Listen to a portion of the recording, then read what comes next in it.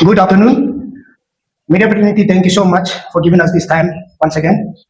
I'm Arunachal Frontier Travel Front FTF फिर से सारा अरुणाचल के सामने में आ रहे हैं। मेरा नाम है तलबा जापान, मैं जनरल सेक्रेटरी AFTF।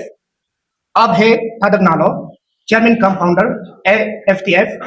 आप है देखम गिमलो। तो हम लोग आने का यहाँ का मकसद जो है, आज जो यहाँ पे प्रेस क्लब में आने का मकसद जो है, जो कि कल हम लोग एक मुहिम चलने जा रहे हैं, एक अवेयरनेस सिग्नेचर कैंपेन होगा। उसके सिलसिले में हमारा चेयरमैन जो बहुत ही क्लियरली आप लोग को यहाँ पे बताएगा। सो मैं सोचता हूँ अपना चेयरमैन साहब को। सबसे पहले सभी को गुड आफ्टरनून। और आज जैसे जनरल सेक्रेटरी सर ने जैसे बोला है, हम लोग यहाँ पे एक बहुत इंपॉर्टेंट मुद्दा को लेके आया है। तो वैसे तो ऑलरेडी अनाउंस कर चुका था, but we have come here officially. आज अरुणाचल प्रेस क्लब में आया है। द रीजन इज दैट कि ये जो मैसेज है, it has to go across whole of Arunachal. Arunachal का हर कॉर्नर में ये मैसेज जाना जरूरी है। और कल जो प्रोग्राम होने जा रहा है उसका बारे में मैं थोड़ा सा बता दूं। वैसे तो बहुत लोगों को पता है कि ये 80-20 रेशियो का सिचुएशन क्या है, और जो हम लोग ST PRC को मैंडेटरी करने का जो बात कर रहा है, तो जो एग्जाम दे रहा है वो लोगों को पता है, और जो गवर्नमेंट जॉब में है उन लोगों को भी पता है। लेकिन जो कॉमन मैन जैसे कि जो वेजिटेबल वेंडर्स या फिर ऑटो टेम्पो ड्राइवर्स या फिर मार्केट में जो बैठा है, इन लोगों को 80-20 का बारे में अभी तक पता नहीं है।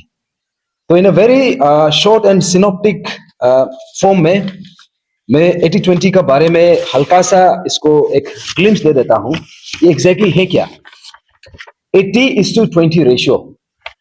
तो 80:20 रेशियो जो है, ये एक क्राइटेरिया है जो यहाँ पे रिक्रूटमेंट सिस्टम में और प्रमोशन में इसको इनकॉर्पोरेट किया गया है। तो 80-20 का रेशियो का मतलब ये है कि 80% जो है ये APST, that means Arunachal Pradesh scheduled tribe students या फिर यहाँ का इंडिजिनस सिटीजन के लिए रिजर्व करके रखा है। बट 20% जो है that is unreserved, that means वहां पे ST का कैंडिडेट भी हो सकता है और बाहर का भी हो सकता है। तो ये जो था 80-20 का जो रेशियो का जो इशू है, ये 1991 से शुरू हुआ था। आई हैव एन ऑर्डर 1991 का, मेरे पास एक ऑर्डर है, एक ऑफिस मेमोरेंडम है। तो ये ऑफिस मेमोरेंडम में ये क्लियरली यहाँ पे मेंशन है कि फर्स्ट टाइम ये 80-20 रेशियो को यहाँ पे इंट्रोड्यूस किया गया था इन द ईयर 1991। बहुत ज्यादा फैक्टर था, रीजन बहुत ज्यादा था। One of the first reason was that कि उस समय में in the early 90s and late 80s, जब हमारा स्टेट नया स्टेटहुड मिला था, हमारे यहाँ पे लिटरेसी रेट बहुत ज्यादा कम था, लेस देन 30% से भी कम था। उसमें कोई पढ़ा लिखा वाला कोई भी नहीं था। इतना सारा वैकेंसी था, इतना सारा पोस्ट था, लेकिन कैंडिडेट अवेलेबल नहीं था। तो उस समय का रिक्वायरमेंट का हिसाब से ये 80:20 रेशियो को बनाया था। इनफैक्ट उस समय में, उससे पहले और उस समय में 50-50 रेशियो चल रहा था। उसके बाद 1991 में 80:20 रेशियो को लेके आया। तो 1991 से लेके आज हम साल 2026 में है, दैट मीन्स 35 इयर्स निकल चुका है। 35 इयर्स शायद बहुत लोगों का उम्र भी नहीं है, तो 3 डेकेड से भी ज्यादा हो चुका है। तो उस समय का सर्कमस्टांसेस और आज का सर्कमस्टांसेस, आज का जो प्रेजेंट सिनेरियो ऐसा है, यहाँ पे जो हमारा एजुकेटेड जो सिटीजन है, एजुकेटेड यूथ है, बहुत बड़ा संख्या में है। आज ऑलमोस्ट एवरी हाउस में मिनिमम 2 अनएम्प्लॉयड यूथ है। और आज यहाँ पे हमारा अरुणाचल में एवरी ईयर अप्रोक्सीमेटली अराउंड 10,000 जो कैंडिडेट्स है, ये ग्रेजुएट्स हो रहा है। तो आज ऐसा सिचुएशन आ गया है कि इतना सारा कैंडिडेट है लेकिन पोस्ट अवेलेबिलिटी नहीं है। इनफैक्ट अभी आप लोग सब रिसेंटली देखा होगा, APSSB में जो एग्जाम हुआ था, MTS एग्जाम के लिए PhD स्कॉलर लोग को भी अप्लाई करना पड़ रहा है। That is the kind of crisis we are going through. तो ये सब को लेके हमने छोटा सा एक एनालिसिस किया कि ये 80-20 रेशियो जो है, इसका रेलिवेंस क्या है, उस समय में रेलिवेंस क्या था और अभी का समय में रेलिवेंस क्या है। तो हमने हमारा जो नेबरिंग स्टेट्स है, जो नॉर्थ ईस्टर्न स्टेट्स, जो ट्राइबल स्टेट्स है, क्योंकि बाकी स्टेट को मैं इतना फोकस नहीं किया, खास करके because Arunachal Pradesh is one of the most sensitive और एक फ्रेजाइल स्टेट है। और यहाँ का जो डेमोग्राफिक डिविडेंड्स आप सबको पता है 60% ऑफ द पॉपुलेशन जो है वर्किंग एज पॉपुलेशन का कैटेगरी में है। तो ऐसा सिचुएशन में हमने आसपास का जो जितना भी नॉर्थ ईस्टर्न स्टेट्स है, ट्राइबल स्टेट्स है, उसमें हमने एग्जामिन किया। तो हमने देखा कि ये लोग में यहाँ पे रिक्रूटमेंट प्रोसेस में ये क्राइटेरिया जो रेशियो है ये एग्जैक्टली कितना तक रखा है। तो सबसे पहले हमने देखा ये मणिपुर का जो पब्लिक सर्विस कमीशन है, हमारे यहाँ पे जैसे कि एपीपीएससी है और एपीएसएसबी है, 2 रिक्रूटिंग इंस्टीट्यूशन है, लेकिन मणिपुर में सिर्फ एक है, मणिपुर पब्लिक सर्विस कमीशन। उसी से सब कुछ रिक्रूटमेंट होता है, बड़ा पोस्ट से लेके नीचे पोस्ट तक। लेकिन हमारे यहाँ पे एपीपीएससी में ग्रेड ए और ग्रेड बी के लिए किया जाता है, एंड सी एंड बिलो के लिए एपीएसएसबी। बट बाकी स्टेट में ऐसा नहीं है। बाकी स्टेट में वहां में पब्लिक सर्विस कमीशन से ही वो लोग रिक्रूट करता है। तो सबसे पहले हमने देखा कि मणिपुर का, ये है मणिपुर का जो पब्लिक सर्विस कमीशन का एलिजिबिलिटी क्राइटेरिया। तो जब आप मणिपुर पब्लिक सर्विस कमीशन का वेबसाइट में जाता है, तो सबसे पहले हम उसका वेबसाइट में जब कोई एग्जामिनेशन का फॉर्म फिलअप करना होता है, तो हमको सबसे पहले क्राइटेरिया को देखना पड़ता है कि इसमें क्वालिफिकेशन क्या होना है और हमारा जो इसमें डॉक्यूमेंटेशन का रिक्वायरमेंट क्या है। तो सबसे पहले यहां पे लिखा है कि मणिपुर में अगर हमको एग्जामिनेशन के लिए अप्लाई करना है, तो सबसे पहले आप मणिपुरी लैंग्वेज आपको मैंडेटरीली आपको जानना पड़ेगा। वो फर्स्ट क्राइटेरिया है। सेकंड क्राइटेरिया में ये लिखा है कि मणिपुर का 2 मिसाल सिटीजन होना है, वहां का परमानेंट रेसिडेंशियल सर्टिफिकेट आपका पास होना पड़ेगा। और उसके बाद वहां पे जो है ये वहां पे क्योंकि एससी एसटी अलग अलग कैटेगरी है, तो दैट मीन्स वहां पे जो रिस्पेक्टिव कैटेगरी का वहां का जो इंडिजिनस इनहेबिटेंट सर्टिफिकेट भी मांगा है। तो ये है मणिपुर पब्लिक सर्विस कमीशन का क्राइटेरिया। तो इसका हिसाब से आप सोच के देखिए, आप लोग, हम लोग जो अरुणाचली से, आप ये क्राइटेरिया को मीट कर पा रहा है कि नहीं। क्योंकि यहां पे जो क्राइटेरिया लिखा है कि आपको मणिपुरी लैंग्वेज जानना है, मैक्सिमम हम लोगों को पता नहीं है, शायद कोई जानता भी होगा। दूसरा बात यह है कि यहाँ पे मणिपुर का परमानेंट रेसिडेंशियल सर्टिफिकेट होना है। ये हमारा पास अरुणाचली, अगर बाय डिफॉल्ट अगर आप अरुणाचली है तो आप मणिपुर का परमानेंट रेसिडेंशियल सर्टिफिकेट आप होल्ड ही नहीं कर सकता है। तो दैट मीन्स हम लोग वहां पे एलिजिबल है ही नहीं। तो तीसरा बात यह कि हमें एससी एसटी का सर्टिफिकेट भी मांगा है। तो हमारा APST, that means Arunachal Pradesh schedule tribe से हम बिलोंग करता है, तो ऑटोमेटिकली हम यहाँ पे एलिजिबल नहीं होता है। यह है मणिपुर। उसके बाद हमारा पास है इसका मिजोरम का, मिजोरम पब्लिक सर्विस कमीशन, जहां पे जितना भी पोस्ट है public service commission, Mizoram public service commission के थ्रू से रिक्रूटमेंट होता है, उसका एलिजिबिलिटी क्राइटेरिया को एक बार देख लीजिए। तो उसका एलिजिबिलिटी क्राइटेरिया ये है कि सबसे पहले यहां पे जो फर्स्ट कंडीशन ये रखा है कि यहां पे he must be a permanent resident of Mizoram, that means उसका पास परमानेंट रेसिडेंशियल सर्टिफिकेट होना पड़ेगा। और दूसरा बात ये है कि यहां में ये लिखा है कि उसका पास जो है मिजो लैंग्वेज का वो कंपल्सरी आपको जानना पड़ेगा। उसके बाद तीसरा पॉइंट में ये लिखा है कि जो वहां पे जो एसटी सर्टिफिकेट्स है मिजोरम का वो मैंडेटरी है। दैट मीन्स मिजो के अलावा बाकी कोई आ भी नहीं सकता है। एग्जाम देना तो बहुत दूर का बात है, अप्लाई भी नहीं कर सकता है। ये है मिजोरम और मणिपुर का दोनों का। उसके बाद मैं आता हूं नागालैंड का, Nagaland public service commission. Nagaland public service commission में भी ऑलमोस्ट सेम कैटेगरी है। इसमें फर्स्ट रिक्वायरमेंट ये है कि नागालैंड का इंडिजिनस इनहेबिटेंट सर्टिफिकेट होना है। दैट मीन्स यहां में हम लोग को जैसे एसटी सर्टिफिकेट होता है, वहां में indigenous inhabitant certificate which is equivalent to ST certificate, वो मैंडेटरी है।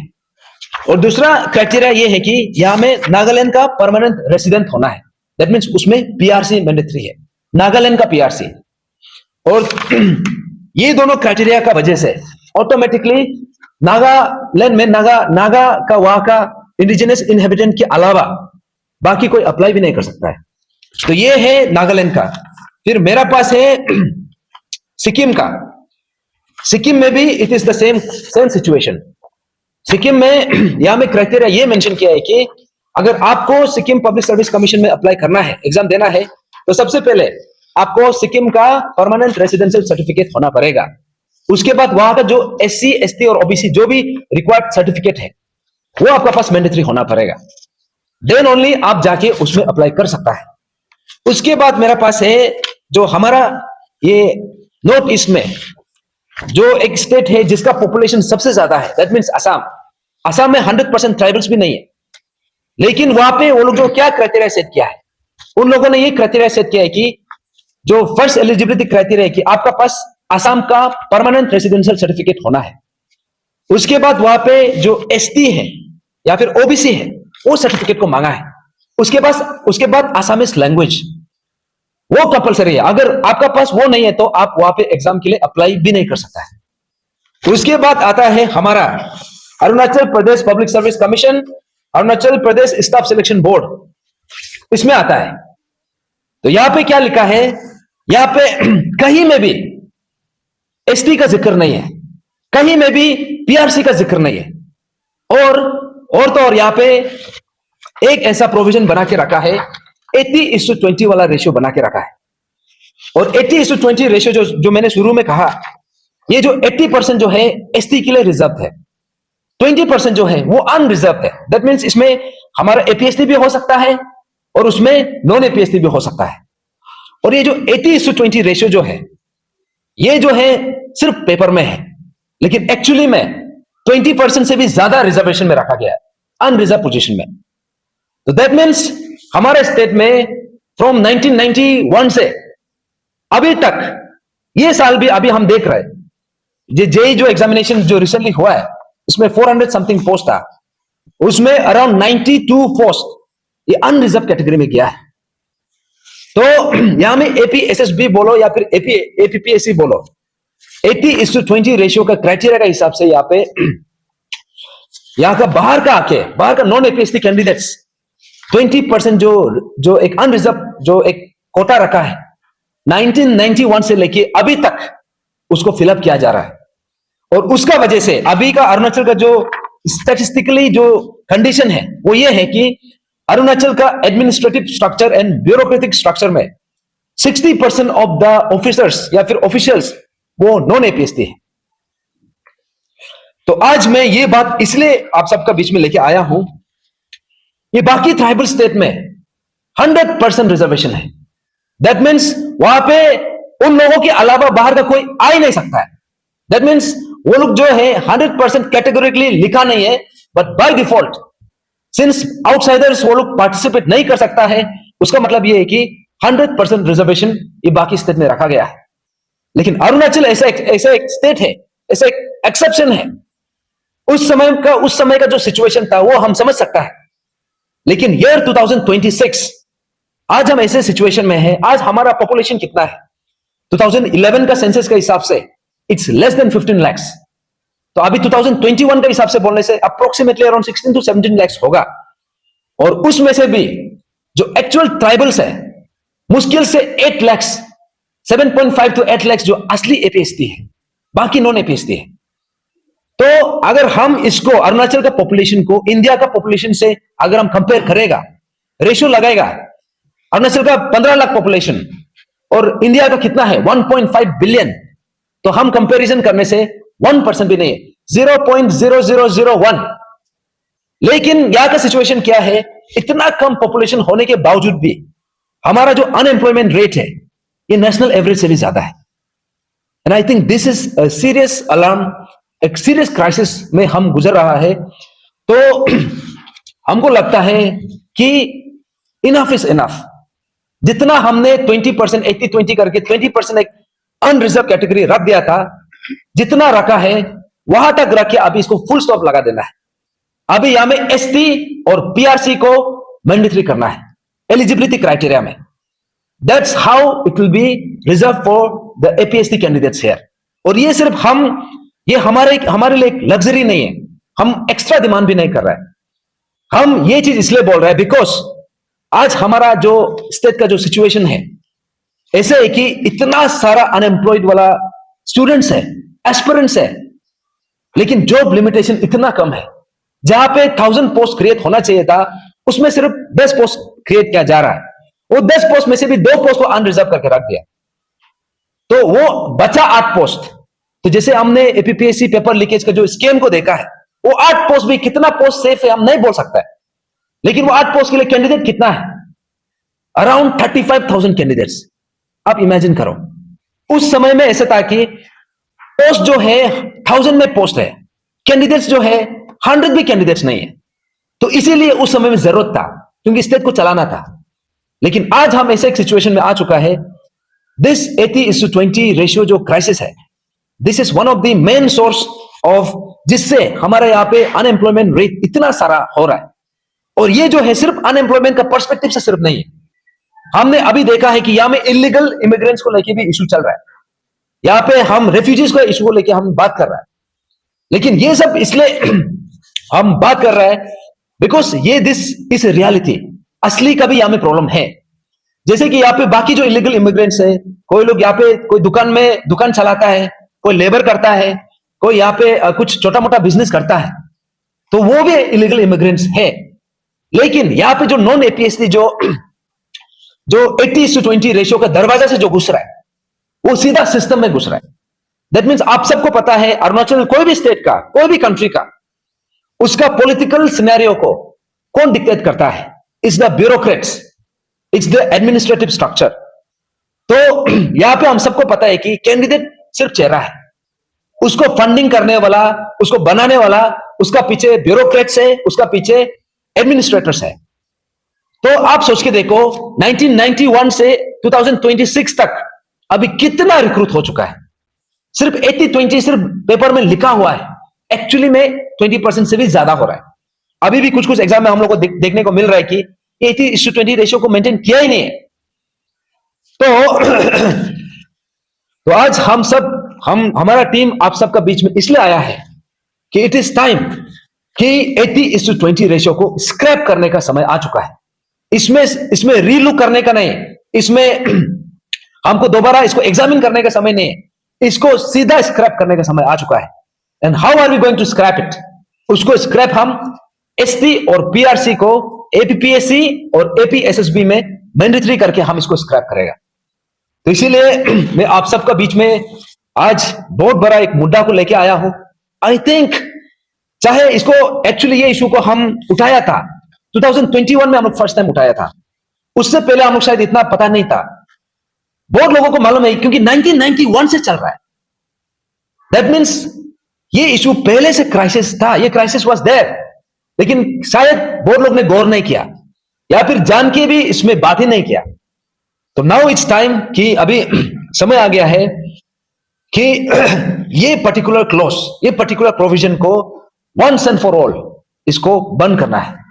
और ये मैं नॉन एपीएसटी का अगेंस्ट में जाके मैं बात नहीं कर रहा हूं, या फिर किसी को टारगेट करके मैं बात नहीं कर रहा हूं। ये हम बात कर रहे तो अरुणाचल प्रदेश शेड्यूल्ड ट्राइब जो इंडिजिनस इनहेबिटेंट्स है, उसका इंटरेस्ट में बात कर रहा है। और मोस्ट इंपॉर्टेंटली ये अरुणाचल का फ्यूचर को लेकर हम बात कर रहे हैं। तो इसीलिए हम आज आप सबका बीच में ऑफिशियली इसको अनाउंस करने के लिए आया है। And this issue has to go down to every single Arunachali. हर अरुणाचल का जहन में जाना बहुत जरूरी है, क्योंकि ये जो इशू है, चाहे आप इसमें सीरियसली लो या ना लो, ये हमारा स्टेट का फ्यूचर को डेफिनेटली असर पड़ने जा रहा है। तो इसीलिए हम जितना भी लर्नड सिटीजन है, जो भी कॉन्शियस सिटीजन है, अभी समय आ चुका है कि इसको लेके एक इंपॉर्टेंट कदम हमको उठाना है। तो इसी बात को लेके हमारा team Arunachal frontier tribal front, हमने इसको इनिशिएट किया है कि इसको हम फेस वाइज हम कैरी फॉरवर्ड करेगा। बिकॉज सबसे फर्स्ट फेज में हमने 28 जनवरी 2026, दैट मीन्स कल, आज 27 है, कल 28 है, कल हम ये फर्स्ट फेज में हम इसमें सिग्नेचर कैंपेन और अवेयरनेस प्रोग्राम हम करने जा रहे हैं। अभी बहुत लोगों का सवाल होगा कि आप अवेयरनेस करके क्या होगा या फिर सिग्नेचर कैंपेन करके क्या होगा। लेकिन मैं ये बात क्लियरली आप सबको बता दूं, जो भी सुन रहा है, जो भी ये बात कर रहा है, शायद आपको ये इशू के बारे में आइडिया है, और जो पढ़ा लिखा है आप लोगों को आइडिया है, जो एग्जाम लिख रहा है आप लोगों को आइडिया है, जो जॉब में है आप लोगों को ये इसका बारे में पता है। लेकिन मेजोरिटी बहुत सारा सेक्शन है जिसको 80:20 के बारे में कुछ भी आइडिया नहीं है। अभी हम पूछने से भी उन लोगों को पता ही नहीं है। तो इसलिए हमारा मानना यह है कि ये इशू जो है, ये पैन अरुणाचल इशू है। ये कोई एक पर्टिकुलर ट्राइब का नहीं है, एक पर्टिकुलर कम्युनिटी का नहीं है, एक पर्टिकुलर सेक्शन का नहीं है, ये पूरा अरुणाचल एज अ होल हम सबका है। तो इसीलिए इट इज वेरी इंपॉर्टेंट कि जो बीमारी से हम इतना समय से हम सेके आ रहा है, वो बीमारी का अंदाजा, वो बीमारी का असलियत आपको, आप हर एक अरुणाचली को उसका नॉलेज होना चाहिए। तो इसलिए हम सबसे पहले, this is the first phase जहां पे हम ईटानगर कैपिटल रीजन में जितना भी इनहेबिटेंट्स है, जितना भी अरुणाचलीस है विद इन कैपिटल, हम सबको यही अपील करने के लिए आया है कि ये पर्टिकुलर ड्राइव में आप सबका पार्टिसिपेशन होना बहुत जरूरी है। यहां में जिसको आइडिया नहीं है आप भी आइए, जिसको जानना है कि ये 80:20 रेशियो एग्जैक्टली है क्या, जिसको पता करना है आप भी आइए, और जिसको ऑलरेडी पता है आप भी आइए, क्योंकि इसमें हम सबका इक्वल पार्टिसिपेशन बहुत जरूरी है। और यहां में बोल रहा होगा कि ये सिग्नेचर से होगा क्या। ये सिग्नेचर जो है, this will be a living testimony, this will be a clear message कि अरुणाचल का हर एक जनता का ये आवाज है, ये चेंज चाहिए। अभी इसको जो अथॉरिटी में बैठा है इसको नजरअंदाज नहीं कर सकता है। तो मेरा मानना यह है कि अभी यहां में हमारे स्टेट में क्या चलता है, यहां में एक ऐसा ट्रेंड है कि कोई ऑर्गेनाइजेशन इशू को उठाएगा, कोई पार्टी इशू को उठाएगा, बाकी सब पीछे में बैठ जाता है। तो जिसका कारण से क्या होता है कि अगर वो ऑर्गेनाइजेशन का पास इंटेग्रिटी है तब वो इशू सॉल्व होता है। लेकिन अरुणाचल में जितना भी हम इशू देखा है, not even a single issue has come to a rightful conclusion. तो उसका मतलब यह है कि हम ऑर्गेनाइजेशन में इतना डिपेंडेंट हो जाता है कि ये करेगा, लेकिन अगर वो कॉम्प्रोमाइज हो जाता है तो इशू उधर में गायब हो जाता है। तो मेरा मानना यह है कि यहां में हम ऑर्गेनाइजेशन का ऊपर में डिपेंड नहीं करना है। बहुत लोग बोलते हैं ये कोई अपसू आने से करेगा होगा, कोई अंशु आने से करेगा होगा, कोई दूसरा ऑर्गेनाइजेशन आने से करेगा होगा। मेरा ये सोच है कि करता है तो अच्छा बात है, लेकिन ये बात भी तो हम देखा है कि जितना भी डायलॉग बाजी कर लो लेकिन कंक्लूजन तो होता नहीं है। पीआरसी इशू को हम लोग देखा है, एपीपीएससी पेपर लीकेज इशू को हम लोग देखा है, कौन कहां में कितना कहां तक कौन कितना पानी में है, हम सबको देखा है। मैं किसी का नाम लेना नहीं चाहूंगा। तो यहां में किसी को मैं टारगेट करने के लिए या फिर डीमीन करने के लिए मैं कोशिश नहीं कर रहा। मैं ये बोलने के लिए कोशिश कर रहा हूं कि ये जो ऑर्गेनाइजेशन के ऊपर में जो डिपेंडेंस है इसको हमको बंद करना चाहिए। दैट मीन्स हम सबको एक एक अरुणाचली को खुद से आगे आना है, क्योंकि अरुणाचल, चाहे आप उसको मानो या ना मानो, चाहे आप उसको एग्री करो या ना करो, अगर अरुणाचल का भला होता है तो हम सबका भला है।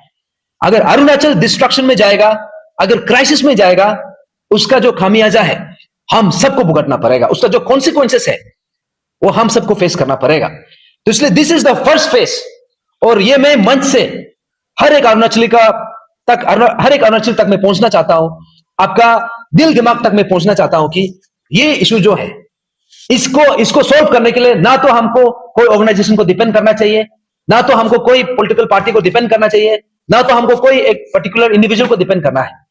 इसको सोल्व करना है तो हम सबको एक साथ इसको लड़ना पड़ेगा।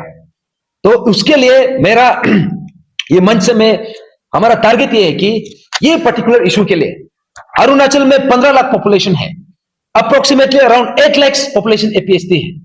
तो मेरा ये मांग है कि मेरा ये सोच है कि ये पर्टिकुलर कोर्स के लिए मिनिमम एटलीस्ट 5 लाख सिग्नेचरीज चाहिए। तो उसके लिए हम सबसे पहले यहां से शुरू करेगा, ईटानगर कैपिटल रीजन से। इसमें चाहे आप स्टूडेंट्स हो, चाहे आप ट्रैकर चलाने वाला हो, चाहे आप गवर्नमेंट सर्वेंट हो, चाहे आप स्टूडेंट यूनियन हो, चाहे कोई भी ये से हो, कोई भी एनी वॉक ऑफ लाइफ, इसमें आप सबका पार्टिसिपेशन चाहिए। और यहाँ पे जितना भी मीडिया फ्रेंड्स है, आप लोग भी अरुणाचली है, आप लोग भी आके साइन कीजिए, क्योंकि हम यहाँ में किसी को टारगेट करने के लिए नहीं कर रहे, हम बस अपना हक मांग रहे हैं। तो इसीलिए मैं यहां से ऐलान कर रहा हूं, हमारा टीम ऐलान कर रहा है कि ये फर्स्ट फेज हम ईटानगर कैपिटल रीजन से शुरू करेगा। यहाँ पे हम टेनिस कोर्ट में कल का एक प्रोग्राम रखा है 28 जनवरी 2026 सुबह 10 बजे से लेके शाम का 4 बजे तक। उसमें जितना भी ऑफिस गोअर्स है, जितना भी स्टूडेंट्स है, अगर आप नाहरलगन में भी हो, निर्जुली में भी हो, या फिर दोईमुख में भी हो, या फिर आसपास में जहां में भी हो, कल का समय आप जैसे भी निकाल के आप साइन कीजिए। आप लोग ये मत सोचिए कि ये सिग्नेचर करने से क्या होगा। ये सिग्नेचर जो है, शायद हमारा अरुणाचल में ऐसा हमने कभी ऐसा मुद्दा उठाया नहीं है। कोई आके उठाता जरूर है, लेकिन बीच में गायब हो जाता है। शुरू में बोलता है कि हम ये करेगा वो करेगा, बट अल्टीमेटली उसका एंड रिजल्ट नहीं आ पाता है। तो एपीपीएससी पेपर लीकेज में भी हम देखा है, बहुत लोग बोलता है कि तदक नालो इशू में बात करते रहता है, रिजल्ट निकलता नहीं है। आप सोच के देखिए, जब ये एपीपीएससी पेपर लीकेज को हम लोग शुरू किया था, हम लोग कहां से शुरू किया था? 2022 में लेट ग्यामर पदंग सर का साथ, उसके बाद हमारा जो तेची पुरुष सर का साथ, उसके बाद हमारे एस्पिरेंट्स के साथ शुरू किया था। उसके बाद कौन कौन आया था, अलग अलग ऑर्गेनाइजेशन जुड़ा है, फिर कौन बैकअप किया है, आप सबने देखा है।